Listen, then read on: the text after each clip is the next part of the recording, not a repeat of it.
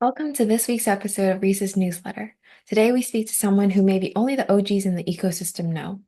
Robert Schuman is a people-first engineer and has led engineering teams at a number of startups in the US, such as Spring Health and Lumos Labs. He was also previously the CTO of Zehitomo. He currently lives in South Carolina and recently became a new dad with plans to one day return to the Tokyo startup ecosystem. Robert's someone who's been in the trenches in both the Bay and Tokyo, building 0 to 1 to 100. He's someone who understands what it means to move fast and break things because he's done it. In this episode, we dive into the concept of moving fast and breaking things in Japan with real examples from Rob's experience building here, as well as spicy topics from the comment section of our viral LinkedIn post. Thank you so much again for being here and enjoy. Okay, Robert, thank you so much for being here and welcome to the podcast. Well, thank you. Thank you for inviting me to the podcast. I'm excited to catch up again. Yes, our last collaboration on why we can't move fast and break things in Japan took LinkedIn by quite a storm, reaching over 50,000 people actually. And just like scrolling through the comment section, I think a lot of people had their own thoughts on entering and building in Japan as well. I'm super excited to dive into this topic deeper today and also hear more about your past experience building in Japan. So, to kind of set the playing ground for everyone listening, let's start off with a more fundamental question. What is move fast and break things, and what does it look like in practice in US startups? Sure. And so the move fast and break things statement was and is originally credited probably to Mark Zuckerberg. And in the context of what he was speaking to is kind of the startup mindset of being able to move quickly with an idea, be able to gather insights and to be able to, prove or disprove that idea. And that could be something that results in, product market fit or a different direction. So it's very applicable to startups, moving quickly, trying to get those insights quickly. And it's just a little cavalier too, because, that's from a tech perspective, it is, for example, prioritizing maybe speed over precision. And the breaking stuff, yes, we know that we're going to break stuff, and we're just embracing it now. Generally, though, you hope that you're going to go fix the stuff that you've broken as well, or else that will come back to Mm. bite you later on. But yeah, that is really the move fast and break things mentality. And you kind of mentioned that Zuckerberg was kind of one of the founding fathers of this idea, but why is moving fast and breaking things such an important like crux to what a startup is?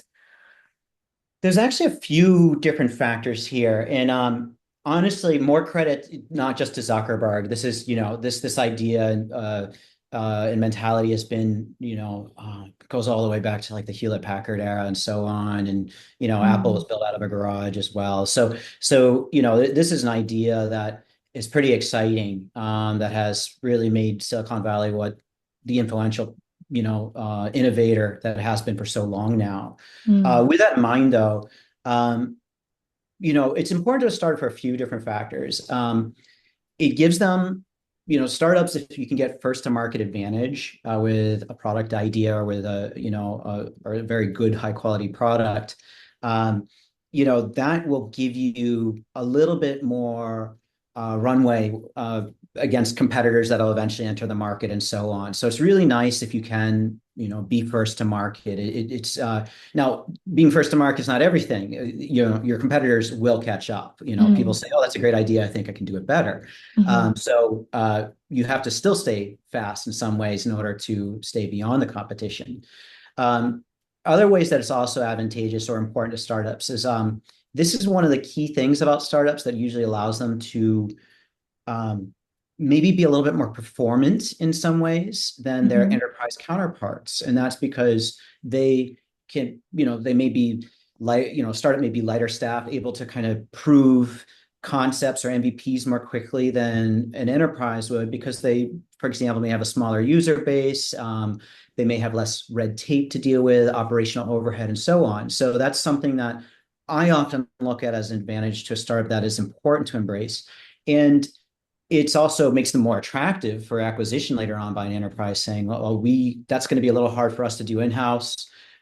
Let's acquire this company because they bring that, there still may be an integration effort, or Mhm. they may keep that company separate, but we want to, we like what they're doing and we Mm. want to acquire them and somehow move forward. So that's one other factor.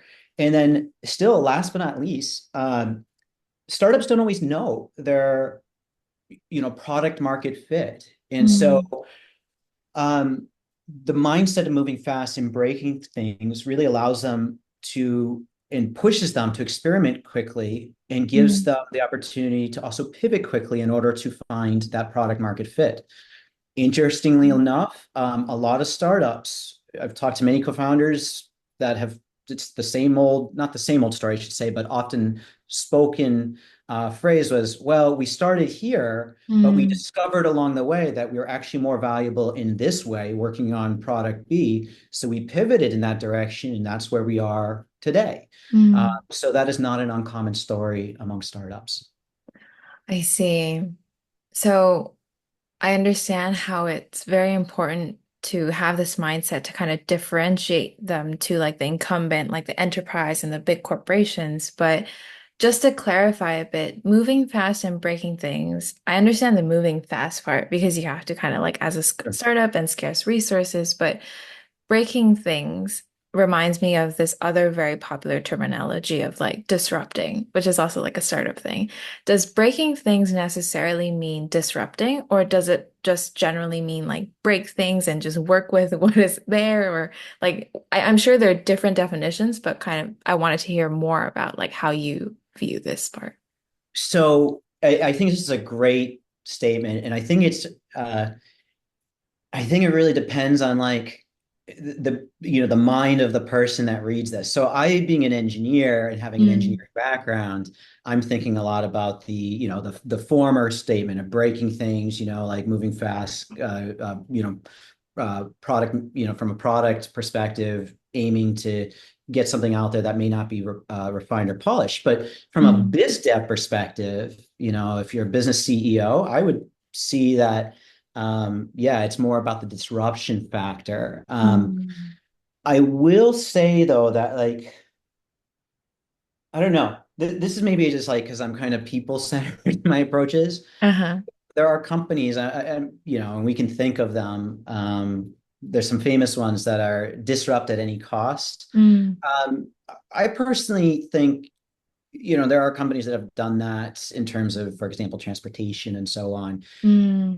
I think it will work for you at first, but it's awfully nice to pick up friends along the way that want you to succeed. And so, Mm. one of the things that I've often admired in Japan is that when a space is getting disrupted, for example, transportation, they do try to find ways to make sure that, there's pathways for more, work for others, or they can change profession Mm. or learn a new skill set and so on. So the disruption is a little less painful. Sometimes the disruption at any cost can result in making a lot of very angry folks in government or in bigger companies that don't want to have anything to do with you and so on. So Mhm. everyone takes different approaches. I guess I'm a little bit more on the disrupt thoughtfully approach. And Mhm. that my career has tended to emulate that. I see. It's very interesting how, like, depending on like the position of which, like your role within the ecosystem or the company, that how you define moving fast and breaking things could be very different. But I think, yeah, the business versus the engineer and maybe your personal values as well, that kind of makes sense to me. Um, I'm also kind of curious. We've talked about moving fast and breaking things in terms of people within a startup, but I'm also curious if this is a mentality that other stakeholders have within the ecosystem as well. Do VCs also have this? Do maybe government officials who are helping startups also have this overseas? Kind of, yeah, if you have any experience with that, I would also love to hear that. I would say so, certainly. So, I would say, the amount of, so COVID did a lot.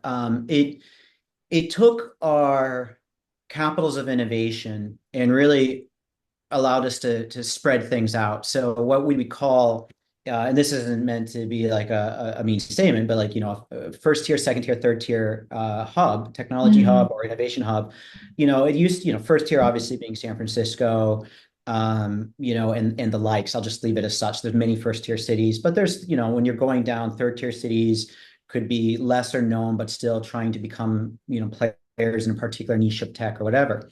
Mm, COVID really made it so that second and third tier and the remote life allowed for innovation to be more spread out. So that just let's give a little bit of credit there. So that mentality already has existed, but COVID kind of allowed for even more spread of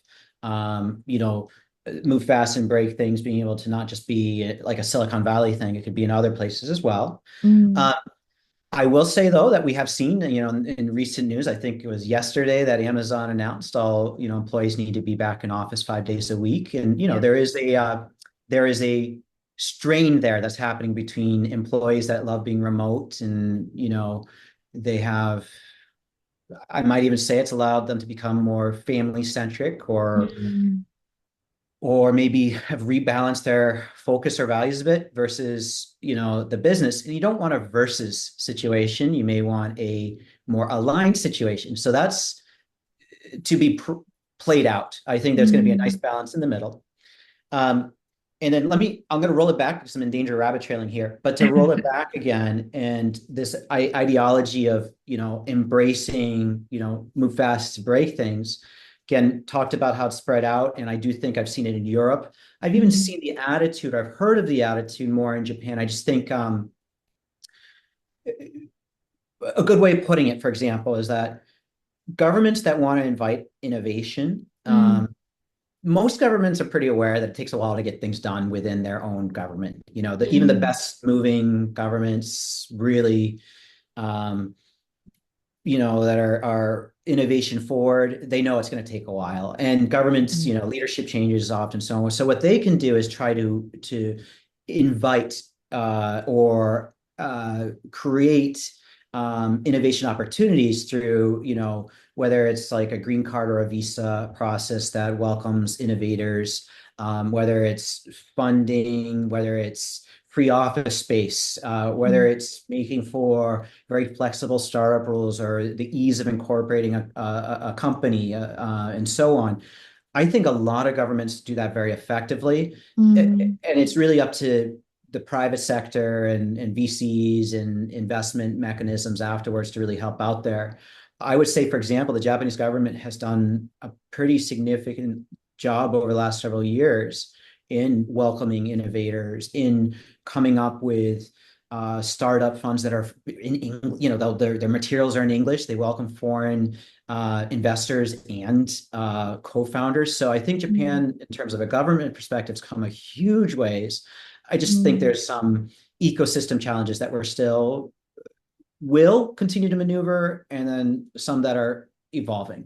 Mm, definitely. I think, yeah, from the examples that you brought up, it seems that it's very important that this mentality isn't restricted just to the startups and the operators and the founders, but like the people surrounding the ecosystem and the stakeholders too. Like everyone kind of needs this mentality to kind of understand startups as well, maybe like why they need funds and why they need this and why they need that. So Yeah. yeah, seems like. Yeah, I agree with you. I think Japan, especially like Shibuya startup support, they're doing a lot and the people are really good and they're really like honing in on that mentality as well recently, I think.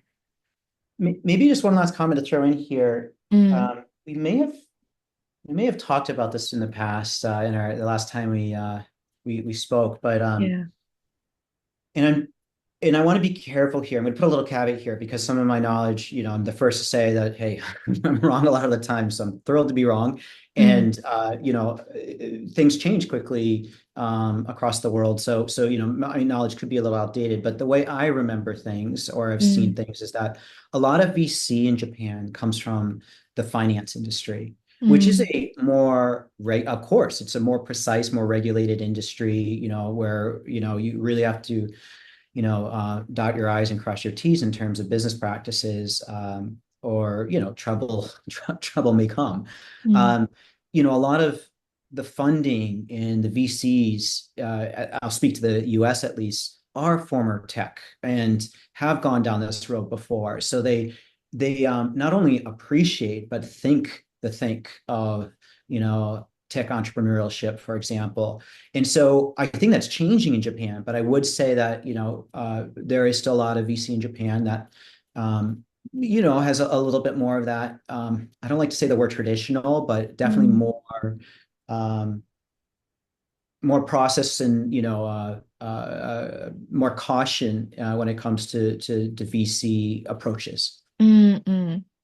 I can definitely second that. I've heard from a lot of founders as well that who have pitched to both American and Japanese VCs that the backgrounds of the people who make these decisions are oftentimes different, and therefore the way that they pitch and the way that they talk also kind of shifts a little, and they kind of need to tailor their presentation in that way. But yeah, we can maybe dive into this a little bit later.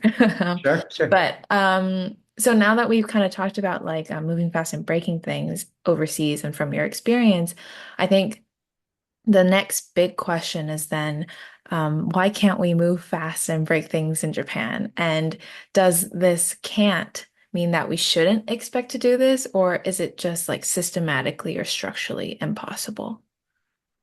This is such a good question. And it's one that like I almost will say that it's not that Japan cannot, in a broad level, move fast Mm, and break things. Like, in fact, I may change the phrasing a little bit, but we have seen repeatedly that Japan is really good at moving what I'll say fast and thoughtfully. For example, mm, when it comes to disaster response and the way people have just built out infrastructure and come to the aid of people, as we've seen in earthquakes and during the tsunami years ago and so on. So it's just been absolutely profound how effective a job Japan has and strives to do in watching out in these situations. And even from a tech perspective, during COVID, it was amazing to see how quickly digital payments were fully and truly adopted by Japan, which was formerly known as a very cash-based society. So it's there. It's just, I think, again, it goes a little bit back to, I don't think it's systematically impossible. I just think there's systematic evolution opportunities there that need to happen in order to be able to move fast and break things, and you can even break things a little more thoughtfully, again, mm, you don't have to be egregious, but you just need the bandwidth to be able to explore as a startup and be able to, if necessary, pivot and have the confidence to be able to do so and have the backing of your VCs and so on to be able to have that bandwidth.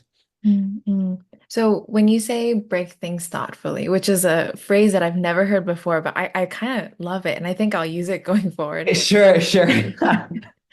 Like what does that kind of look like in practice, do you think? Well, and just kind of speaking really a little bit more like a brainstorming or off the cuff perspective. So now we live in a world more than ever where like um there's like more concern about data privacy, Mm, security, even AI and just the power of generative AI and where we're trying to move forward. Hopefully, mostly good disruptive ways, but there could be negative disruptive ways. I think um, we're now at a point in tech disruption and innovation where there's just a lot, there's a reason that there's a lot more legislation out there and so on. It's mm, because sometimes the moving fast and breaking things was a bit egregious or maybe very egregious. And so breaking things thoughtfully, if that makes sense, and you could feel free to use that phrase, but mhm, it's more of like, just, I often speak of like a lightweight approach or like to some lightweight best practices. And I consistently apply this at all startups I've been invited to join or asked to consult with and so on, is, mm, let's take good ideas, understand, what are our risk factors here, and then within reason aim to de-risk. One of the approaches that a lot of de-risking has happened is in just the tooling. I'm speaking more from an engineering perspective, but the tooling that we can use now, there's like a lot of, you know, affordable options for being able to scale out your infrastructure that you can start out with that de-risk things very effectively. Or mm, if you're in healthcare, HIPAA compliant infrastructure that you can use where you don't have to necessarily build that yourself. And it's affordable enough to use at least while you start to grow as a startup and build out mm, yourself, where you can depend more on de-risking there. And then you can take that risk internally later on. And mm, so that's just thinking off the cuff of some ways to kind of, move fast and break things thoughtfully. And Mm, I'm just going to go back to people-centric values as my last comment. Like, know who you impact and be mm, aware of that. And, you need to dog food your product and be aware that, generally positive impact is going to be very effectively embraced. mm, Disruption, even negative disruption, can be at least balanced, or it can mm, be, um, you can at least be thoughtful in how to, bring people forward, even if it is impactful to their industry and so on. There's approaches to do such. So mm, anyway, mm. that's me off the cuff there. No, definitely. These are fantastic, like constructive examples that I'm sure a lot of people might have never thought of. One thing that what you just said that reminded me of our talk from months ago was that certain people try to move fast and break things as they enter the market in Japan, right? And I think you mentioned a couple of obstacles or challenges that they might face. It's just a random question that I had that I thought of, but from your experience of what you've seen, what are some challenges that people might face if they do try to enter the market in that way? I still think, you know, uh, this is my opinion, because I know others will probably disagree here, so it's good to say that. But so I still think being in a country and trying to be an innovator, it is still helpful to speak, the lingua franca of the country. Now, English is the lingua franca of the world, is the spoken common language of the world. Mm, But it is still a huge advantage if you can speak Japanese well. And so I think it's smart and important to mitigate against such if you do not. It's just, mm, uh, there's, I have, I'm not claiming to be a fluent Japanese speaker, but it has been wonderful to learn enough to the point where we can have, a good conversation. Maybe I might even need a translator, but I can, more or less have a good conversation. We can dive in more deeply without fear of misunderstanding. And it's a great way to build up trust. Like I am invested in Japan to the point where I want to embrace the language. So I would still, I know a lot of people push against me, but I certainly think it's an advantage. And I think can be a disadvantage not to speak some Japanese. mm, With that being said, there are many of foreign co-founder Japan that have found ways to make it work, but I still think you'll go faster if you can speak Japanese. mm, Um, I think we talked a little bit about approaches to introducing innovation, and that even comes down to leadership and so on. So I said when we talked several months ago, I talked about leading from behind. I think that's a really important thing that it's important to embrace, because there's a humility that I think is important to take on, because Japan, I'm not saying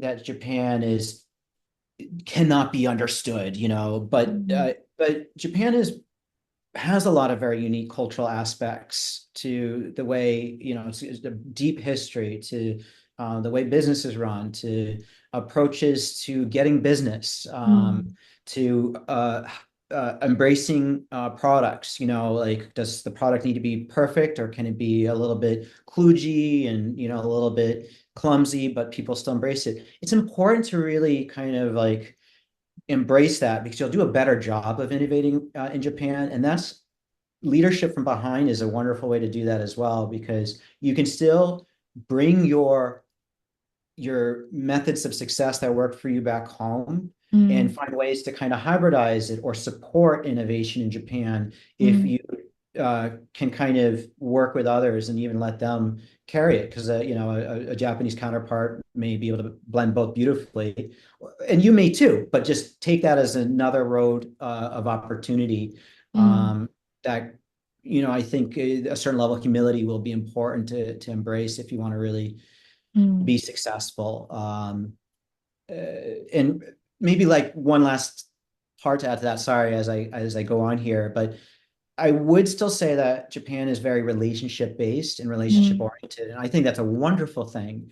Um, it implies like Japan, has 100-year and 1,000-year businesses. The mm, US, we have a handful of 100-year businesses, but um, there's something to be said of like relationship building and trying to grow a product that's not going to just be for 1 million users, but for, oh goodness, wouldn't it be cool if it's for 1 billion users? Mm, And so, being able to utilize allies and colleagues that support you, I think there is something wonderful about that relationship building. And you'll need to invest in that as well, in my opinion, to be successful. If you are mm. not great at that, then work with people who are very good at that. Definitely. I think I had the same exact, I'm feeling like the same things that I felt in our conversation we had months ago, where I'm Sure. like Robert is such a people-centric like leader.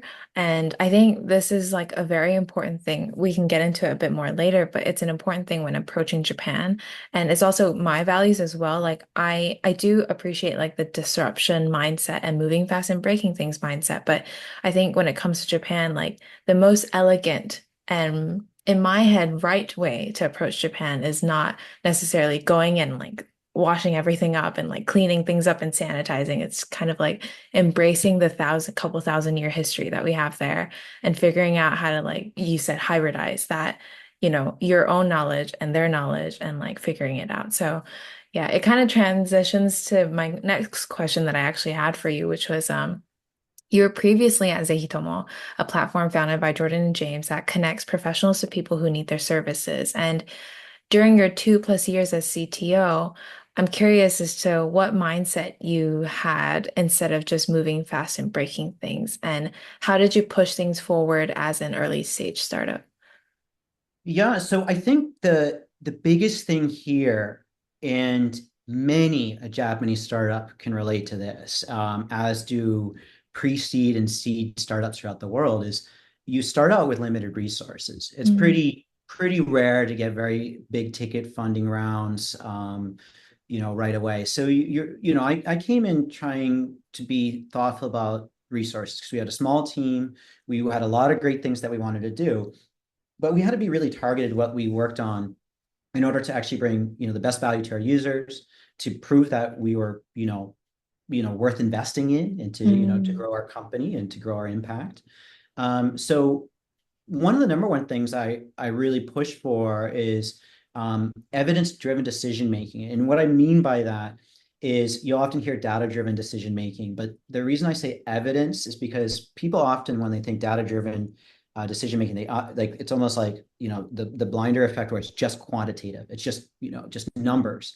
But there's something to be said of qualitative data, through user testing, surveys, and so on, that will get you remarkably valuable insights. So I really pushed for that a lot as Zehitomo, so we could help focus on the right things and be able to understand where we might be able to provide value. We've also had the fortune, and real credit to Jordan and James here, in having just really great, not really competitors, but mm, other local services players in different countries that the mindset was, they're allies. We're all trying to do the same thing in our own countries, and if one of us acquires the other one, great. mm, So it was a really wonderful ecosystem of collaboration that we were able to take advantage of, to avoid some of the mistakes of the move fast and break things. Then we could move fast and not break things, because they already broke some stuff. So that mm. was a great kind of fast forward for us. Um, and I could have sworn I had one thing on the. We'll leave that. I had another thing that came to mind, but it just left me as quickly. So That I'll put a happens to period me. on that thought. That happens to me all the time. So maybe if it comes up later, you can remind us what it is. Sure, But sure. um yeah, because I think an early stage startup, you have to kind of rally up your people when the resources are scarce, right? And your maybe product is still not as pretty and sparkly as like an enterprise product from a big corporate. Like, so what is kind of like the mentality of like the people in your team? Like, what are they working towards? How do you gather that motivation and, you know, funnel it into something that creates something meaningful? Well, that's a great question. I think it starts at hiring. I think, well, it's a Mhm. mixture of hiring and the vision, right? And so, Mhm. uh, you know, I always say, like, hire for, it's like the C's, hire for clever, hire for curious, and hire for courage. Mhm. And so It's really interesting because I think you need to hire for a particular type of individual that can get the work done, Mm, uh, that is passionate about the product. And the trick is to try to combine this talent. Oh, and sorry, another C is collaboration. And mm, so to get them to effectively collaborate, I personally love rallying the troops. I think one of the most important things to do is, so if we hire effectively, we've got this wonderful, you've got a passion for the product. Um, you've got, clever. You've got someone who's very good, whether engineer, biz dev, product, whatever. mm, Um, so you've got these talent sets, and then on the collaboration side, they can work well together, right? So, mm, so I really think it comes down to really hiring effectively, having that vision that we're all leaning toward, and then I go back to previous ways of, and I hope I'm answering your question fully here, but embracing those lightweight processes, listening to the mm, data, being humble again, because we're going to prove ourselves right, hopefully more often than not, but we're going to prove ourselves wrong occasionally too. mm, Um, and then I do just, speaking from engineering leadership, I think it goes back to the leading from behind, but it's, be in the trenches, so don't be a top down a leader and just assign things. Everyone should have should be able to speak up. And if we're trying to pull for something and get it out like yesterday, then I'm going mm, to probably be there with, my engineers and product folks, just seeing how I can help out and, just trying to be a support agent there. So, I think all those factors are pretty important. mm, mm. Definitely. If I recall, you were director of engineering at a couple different startups, and you've also, been in that role overseas as well, and in Japan as a CTO as well. But were there any changes that you had to make in the hiring process or, creating a team process that is specific to Japan? Yeah, it's wow. This could be like a whole other podcast. Um, so there are really big. Okay, so both ecosystems have challenges, and I'm going to be careful here. I'll speak more to engineering and product because that's the Mm, space I know. Um, Startups it's changing very rapidly, but startups are very exciting and kind of like you want to work for. Everyone's kind of encouraged to work for, when you grow up in the States or many parts of Europe.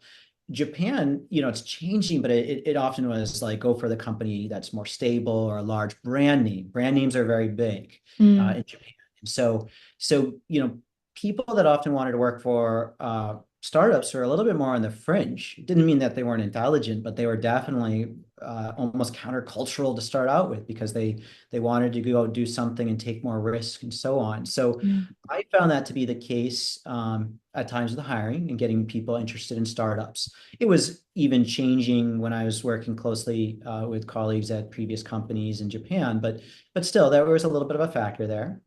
There's also a factor that this may be outdated now, but mm, one of the challenges that I encountered is that generally the quality of, or I'm not sure if it's the quality, but maybe the diversity of technical skill sets in Japan wasn't quite there in terms of against other countries, like different programming languages and so on. mm, So I found it a little bit more difficult to hire to some programming skill sets or some more cutting edge technologies. mm, But all that being said, I also had a little bit more limitation because although my Japanese is okay, it's mm, not super fluent. So I it was always more helpful for me to have to work with counterparts that could understand or speak some English. So I just want to give some credit to bias here that I may have been in a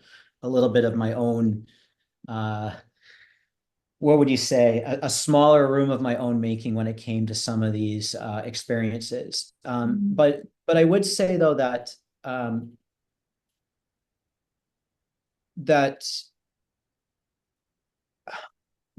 going to get myself into hot water here. But one of the things I'll say that I really loved in Japan that um, was pretty wild is like I have seen a lot more entitlement in the US when it comes to startups and tech companies. mm, Uh, and it's been a long time. There's a very good money in the States, and It's a lot less about making something that's good for society or good for a group of individuals and hopefully, that thoughtful disruption elsewhere.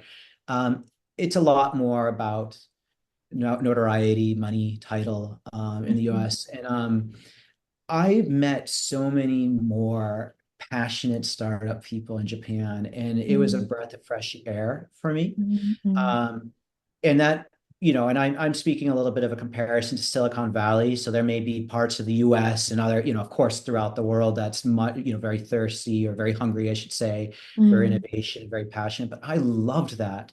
And so mm, I really encountered like, a lot of humility in the engineers I met. And if they were interested in us, they were genuinely interested in us. And so mm, I really loved that. So I was able to get people like really interested in the mission a lot more effectively and more easily in mm, Japan. mm. So It's definitely really insightful hearing you compare like your experience overseas and how it compares relative to Japan's ecosystem as well. And yeah, like you said, Japan is also like shifting. So there are a lot of things that definitely have evolved over the last years, and I'm sure you're aware of this as well. But yeah, it's kind of exciting to see where how it's going to take hold in the coming years as well. Um, so before the lightning round of exciting questions, I have a rather spicy question for you. One thing I hear a little too often is how slow and non-startup friendly the VCs can be in Japan.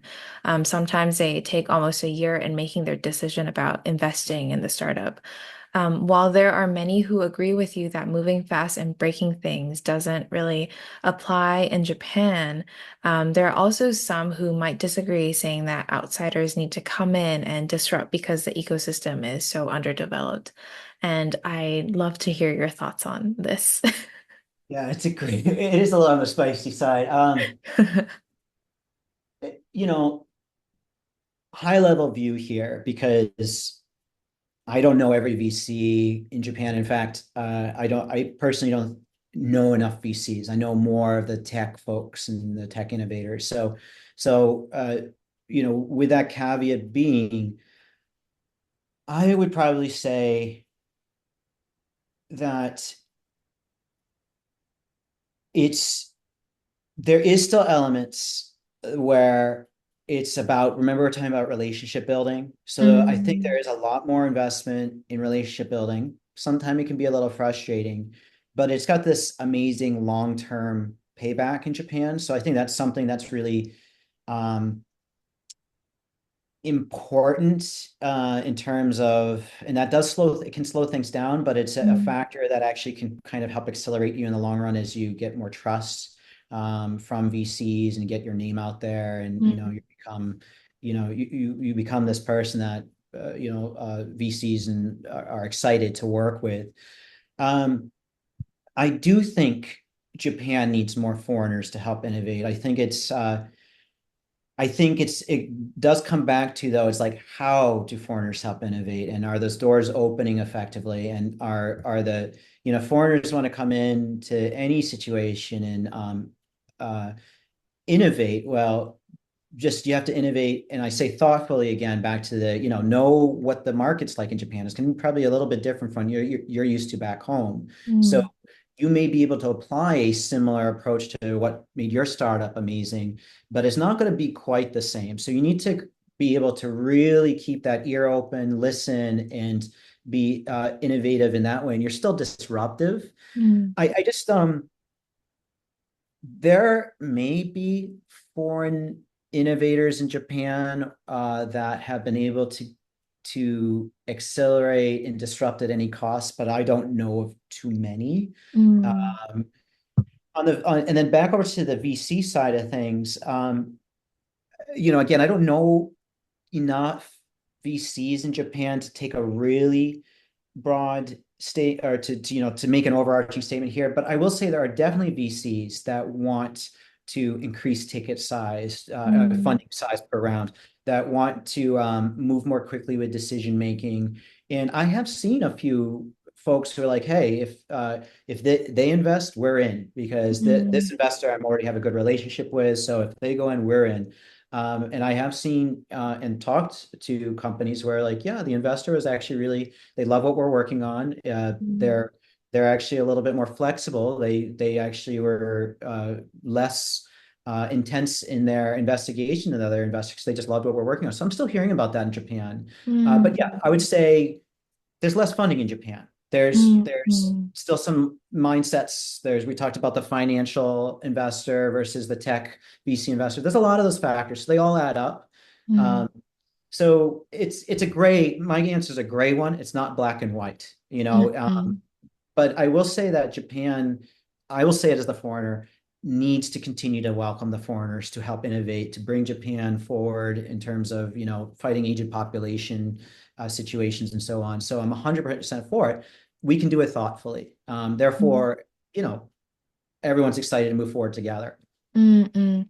It seems like you're really emphasizing the importance of relationship building and having those like strong relationships with like the local people and the local teams as well, which is interesting because I think this is consistent in a lot of other ecosystems as well. It's not something that's important in just Japan.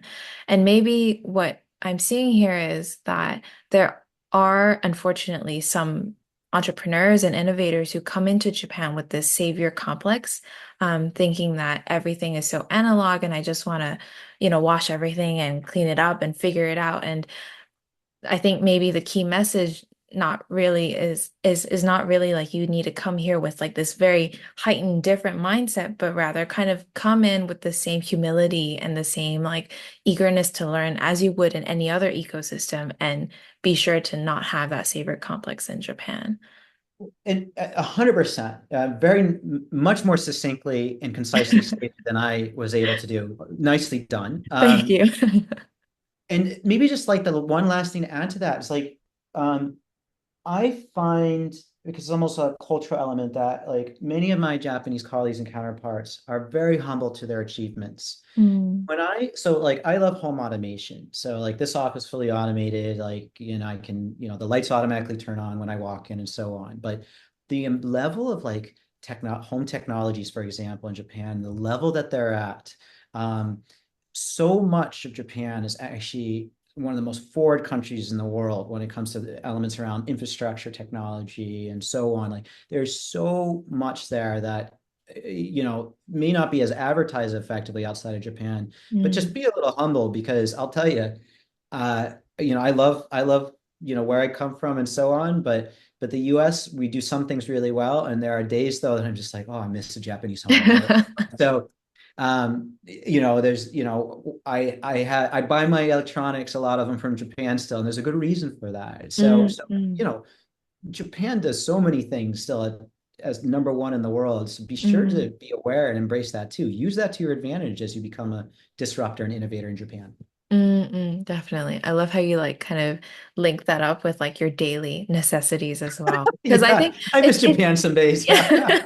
Like it's undeniable that the bus running on time or the train's running on time. This is so efficient and it's nice and you're comfortable, right? So yeah, instead of just like focusing on like the paperwork of or bureaucracy of everything, which is a real thing as well, like being able to harness the things that do work and find a way to kind of synergize into something amazing. I think that might be, like you said, the key to all of this. I love to move on to the lightning round of exciting questions. The first question is, if you were banished from Japan but could take one thing with you, what would it be? Okay, so hmm, there's okay, I'm going to give you two. But because one's kind of a cheating answer, and so I'll give you the kind of the cheating answer, and it's it's an SD card full of photos. I Mm, love photography. I love just the contrast of the Japanese city versus Inaka or the countryside of Japan, and mm, I just adore that contrast and just I'm an avid hiker, and so the mountains of Japan and so on. So it's the photos probably above all else, an mm. SD card full of photos.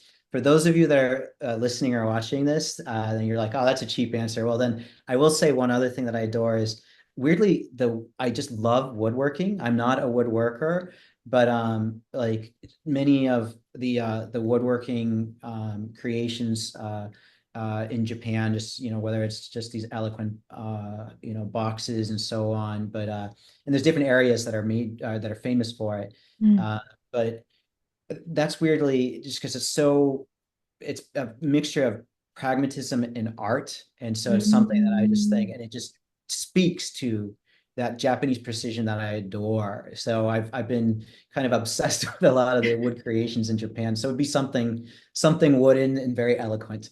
Definitely. Craftsmanship. I don't think I really paid attention to the woodwork of Japan. So is it like boxes or like Yeah, sculpture? so just to give you an example, because why not?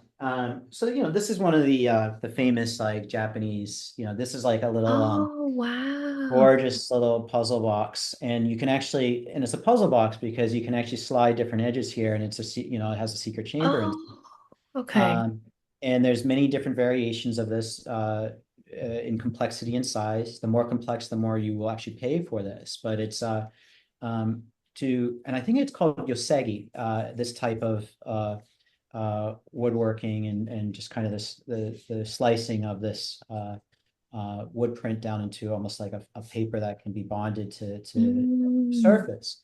But this to me is just, it's like the master of engineering art and again, pragmatism. So just, it's like me in a nutshell. Thank you. I'll be sure to maybe like link one or two that I find online in case someone's interested. By all means, yeah. The second Please. question, the second question is, what is a book that you'd recommend? So we all have our heroes, right? So this one, it's called An Elegant Puzzle by Will Larson. He is one of my engineering leadership heroes, and he simply speaks elegantly and pointedly to the management and building of teams and technologies, as well as the challenges that you will face and how to bridge those challenges along the way. He's actually the CTO of Carta, so he's a big name in the business, and he's written a few other books as well. I think one that came out this year, so highly recommend him. Yeah, I hopefully I'll get to meet him someday. He's a really bright guy.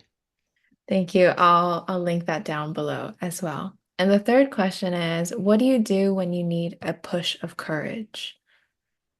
It's a great question. So the weird thing with me is I don't know why, but ever since I was a little kid, my courage generally is able to self-ignite after fairly quickly after some type of hardship. It's Mm. the grit, or some people call it chutzpah or whatever. It's just this, Mm. it does come from within, but to so therefore it's kind of simple in some ways where it's honestly like a good night's sleep or two good nights sleep to get just a little bit of distance. And then for me, it's some type of nature to just kind Mm. of quiet the brain a little bit and just, take the learning or take the goodness from this experience or take a new perspective and be able to persevere or move forward. Um, because of this type of courage and being able to, and it's also, somewhat people-centric courage still, or because, pardon me, because I am people-centric, I Mm. have also had the fortune of being able to reach out to many good people I've met over the years that may be Mm. able to give me advice or just commiserate, or even brainstorm together. So that also helps maybe not only bring out the courage, but maintain it and maybe even amplify the courage. I think I'm probably with you on this, where it's like it takes a certain stability and like mental like wellness to have the courage to explore, additional things, right? And, going into nature, taking walks, exercise, sleeping well. Those Yeah. are very basic, important things that you need to have. And we all need to do more of it. So yeah. Yeah. Definitely. Well, that's it for the lightning round. Thank you, Robert, so much again for sharing your thoughts with us today. I always feel like my brain is doing like mental black backflips and learning so much each time we chat. And I really appreciate your insights and you sharing your experience. Just final two quick questions. But one is, how do people reach out to you? Yeah, I generally like LinkedIn. It's my favorite approach. So if you just you can do, the profile. So it's linkedin.com/in/Robert hyphen Schuman. And that's Mhm. Schuman. You'll see it there in the notes or whatever. But yeah, reach out to me. I'd love to talk. Sounds great. Thank you. I'll link his profile down below. And the second question is, how can the audience be helpful to you? Yeah, so some great news is that my wife and I recently welcomed our first son, and so it's our goal to raise them both in the States and the U.S. and in Japan. And so, with this in mind, we plan on being back in Japan in a few years for him to go to grade school, maybe more. And I'd like to go for round two in the Japanese tech scene. And so, with that in mind, I'd love to hear about, newsletters I should follow, people I should get to know. I'd love to be able to support, maybe even more so this next time around. Thanks to meeting people like you, I truly appreciate that we're now talking for a second time, and Mhm. I'll have opportunities to meet more people. So please reach out, and I'd love to hear your advice. Oh, and if you think I'm completely wrong on anything that we've talked about today, I love to hear it. So, Mhm. like Rob, you're an idiot. This is why. You can do that, but no. My point is, I just love to hear different perspectives because that's how we strengthen. That's how we improve upon our ideas and so on. I'm definitely with you on that. Just like opening the floor for more discussions, and we just need to talk more and share ideas. Thank you, Robert, so much again. And that's it for today's podcast. All right. Bye. Thank you. Bye. Thank you.